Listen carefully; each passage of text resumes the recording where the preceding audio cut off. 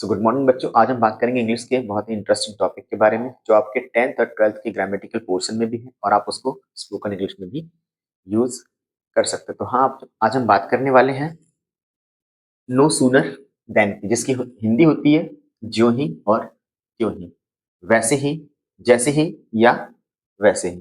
ठीक है, तो ज्यों ही त्यों ही या जैसे ही वैसे ही। ठीक है, तो ये जो नो सूनर देन होता है, अगर हम ग्रामेटिकल पोर्शन की बात करें, इंग्लिश ग्रामर की बात करें, इंग्लिश और सॉरी 10th और 12th के इंग्लिश ग्रामर की बात करें, उसकी टॉपिक की बात करें, तो उसमें ये इस तरीके से तीन तरीके से इसका यूज होता है जो तीन टेंस के अकॉर्डिंग चलता है। एक चलेगा आपका प्रेजेंट सॉरी पास्ट इंडेफिनिट, मतलब कि पास्ट सिंपल के अकॉर्डिंग या पास्ट इंडेफिनिट के अकॉर्डिंग, है ना।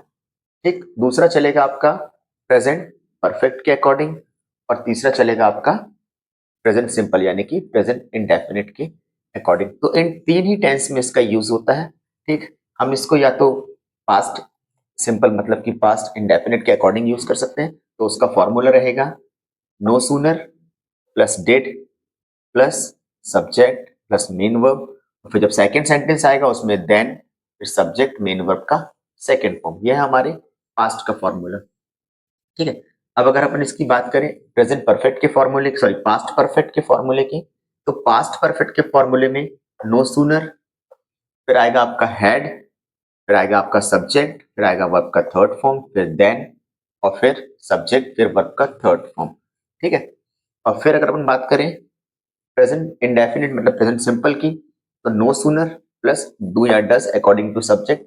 अगर सब्जेक्ट आपकी सिंगुलर होंगी तो आपको डज लगाना है, प्लूरल में आपको डू लगाना है। यहाँ पे आ गया प्लूरल और यहाँ पे आ जाएगा आपका सिंगुलर, चलेगा सिंगुलर और प्लूरल के अकॉर्डिंग। तो तीन ही टेंस के अकॉर्डिंग इसका यूज करते हैं, पास्ट सिंपल, पास्ट परफेक्ट और प्रेजेंट सिंपल। इन तीन टेंस के अकॉर्डिंग हम इनका यूज करेंगे। तीनों के फॉर्मूले आपके सामने बहुत ईजी है, दो सेंटेंस को कनेक्ट करने के लिए इसका यूज करते हैं। ठीक है, दो सेंटेंस को आपस में जोड़ना है, जब आप आपस में उनको कनेक्ट करना है तो उस समय हम किसका यूज करते हैं, नो सूनर देन का। किस तरीके से यूज करेंगे, सबसे पहले बिगिनिंग ऑफ द सेंटेंस क्या आ जाएगा आपका नो सूनर, सेंटेंस अगर पास्ट का है तो dead plus subject plus main verb का फर्स्ट फॉर्म प्लस उसके बाद में जो भी ऑब्जेक्ट एक्सटेंशन रहेगा उसका सेकंड सेंटेंस के पहले देन, फिर सब्जेक्ट मेन वर्ब का सेकंड फॉर्म।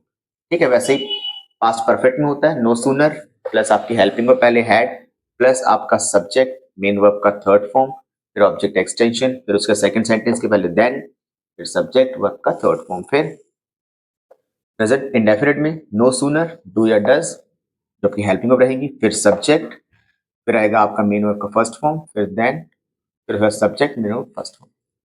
ठीक है, अब हम इसके देख लेते हैं कुछ एग्जाम्पल किस तरीके से हम इसका तीनों टेंस में यूज करेंगे।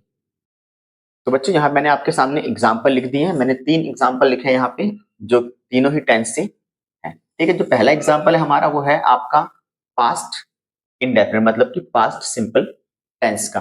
ठीक है, अब सबसे पहले यहाँ लिखा है एज सुन एज। तो जब भी आपको एज सुन एज स्टार्टिंग में मिलता है और आपको रिप्लेस करना आता है, किसको कहा जाता है कि आपको आपको रिप्लेस किससे करना है, उसको नो सूनर देन से। तो आप यहाँ पे क्या कर देंगे, सीधे नो सूनर पहले रख देंगे। ठीक, उसके बाद में एज सुन एज की जगह सिर्फ किसकी जगह पे, एज सुन एज की जगह हमें क्या रखना है, नो सूनर। फिर उसके बाद में सेंटेंस किसका है, पास्ट का। तो पास्ट का फॉर्मूला क्या होता है, नो सूनर के बाद में क्या आएगी, उसकी हेल्पिंग वर्ब। तो हेल्पिंग वर्ब यहाँ पे आपकी पहले आ जाएगी डेड, फिर उसके बाद में आई।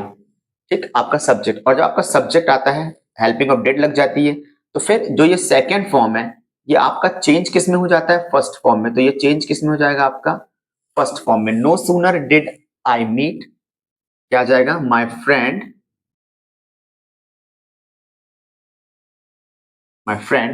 फिर उसके बाद जैसे ही पहला सेंटेंस खत्म होता है आ जाएगा आपका देन, फिर सेकेंड सेंटेंस पूरा, then I started started weeping. तो इस तरीके से हमें सेंटेंस को बनाना होता है। ठीक है, तो सीधे आपको करना क्या है, एज सुन एज की जगह पे क्या रखना है, नो सूनर। फिर जो फॉर्मूला अपना अपन को पता है कि हमें पास्ट के फॉर्मूले में क्या रखना पड़ता है, सबसे पहले क्या रखना पड़ता है, नो सूनर, तो हमने रख दिया। फिर उसके बाद आती है कि आपकी हेल्पिंग वर्ब, तो हमने हेल्पिंग वर्ब भी रख दी। फिर आता है आपका सब्जेक्ट, तो हमने सब्जेक्ट भी रख दिया।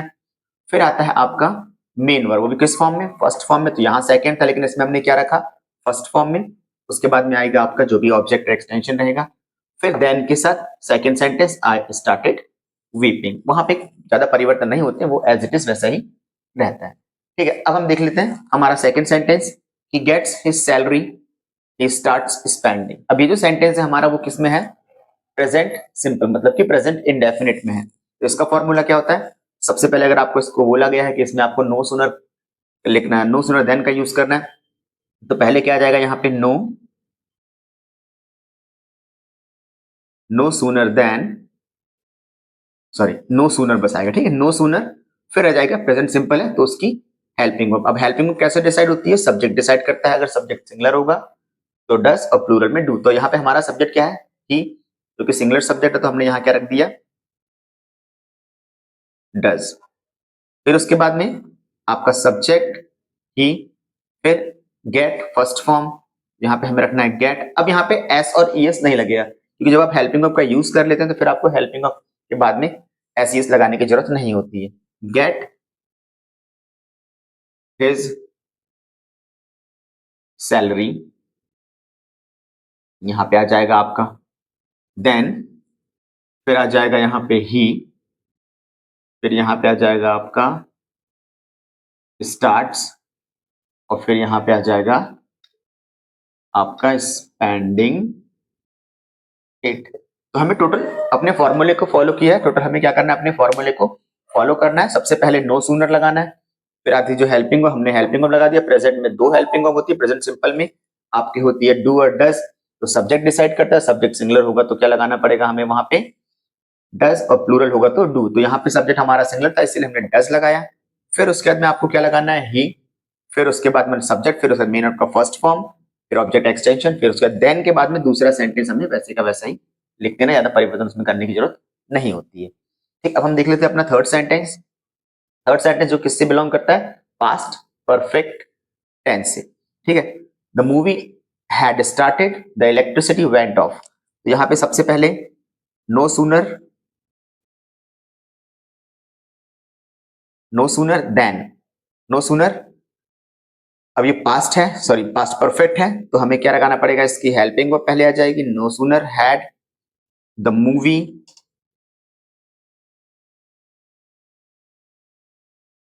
फिर आएगा आपका स्टार्टेड।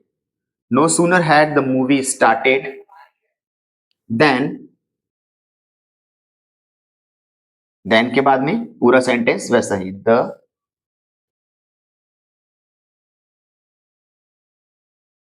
इलेक्ट्रिसिटी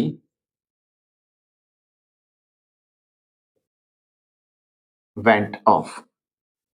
ये हमारे तीनों ही सेंटेंस इस तरीके से हम बना देंगे।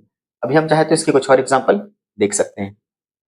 तो मैंने यहाँ आपके सामने कुछ और एग्जांपल्स लिख दिए हैं, हम एक बार और एग्जांपल्स को रिवाइज कर लेते, देख लेते हैं, ताकि हमें सारी चीजें और अच्छे से क्लियर हो जाए। तो ठीक है, तो सबसे पहले यहाँ पे मैंने फिर से लिखा sentence, as soon as the boy saw the principal they became silent.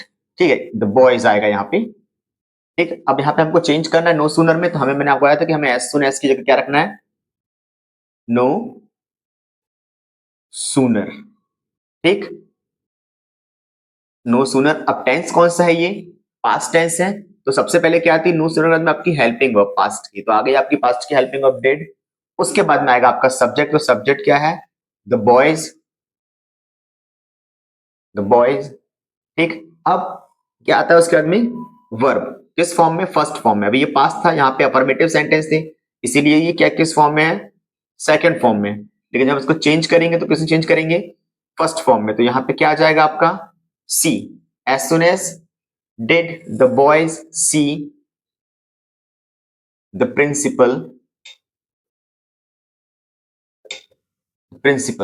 ठीक, उसके बाद में आ जाएगा आपका then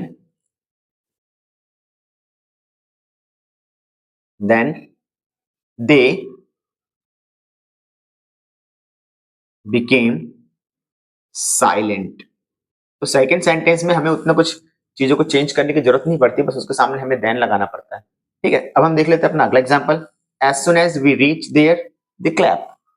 ठीक, ये कौन सा टेंस है? ये हमारा है प्रेजेंट इंडेफिनिट टेंस। ठीक, अब इसमें वही करना है, हमें नो सूनर लगाना है पहले, फिर उसके बाद में आपको क्या रखना है?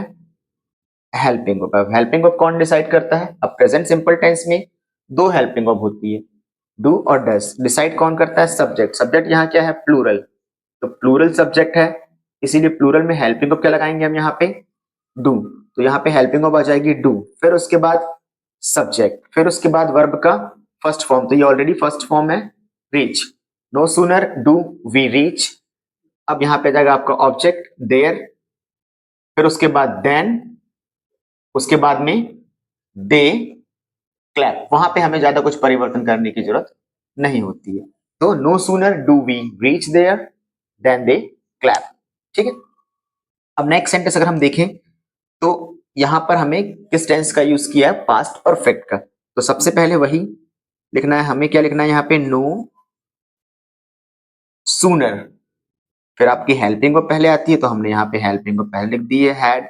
फिर आपका सब्जेक्ट आएगा आई, फिर आएगा आपका वर्ब, वो भी थर्ड फॉर्म में। तो ये ऑलरेडी सेकंड और थर्ड रीच्ड ही होते हैं। ठीक है, उसके बाद में द स्टेशन,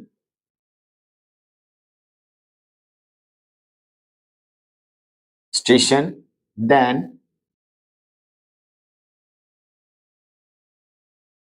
द ट्रेन,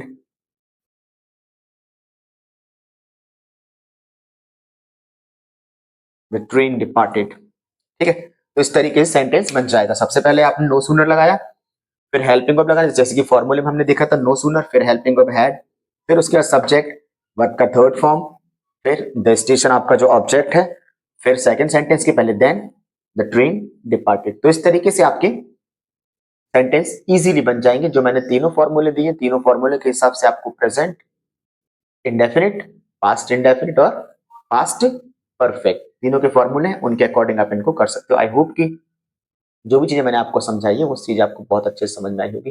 और अब जब भी आपके सामने नो सूनर देन की एग्जांपल आएंगे, आप उसको अच्छे से यूज भी कर सकते हैं। और अगर एग्जाम में आपके, अगर आप 10th में है, 12th में है, अगर एग्जाम में आपके आता है, तो आई होप कि आपको सारी चीजें बहुत अच्छे से समझ आ गई और आप उसको बहुत अच्छे से करके भी आएंगे।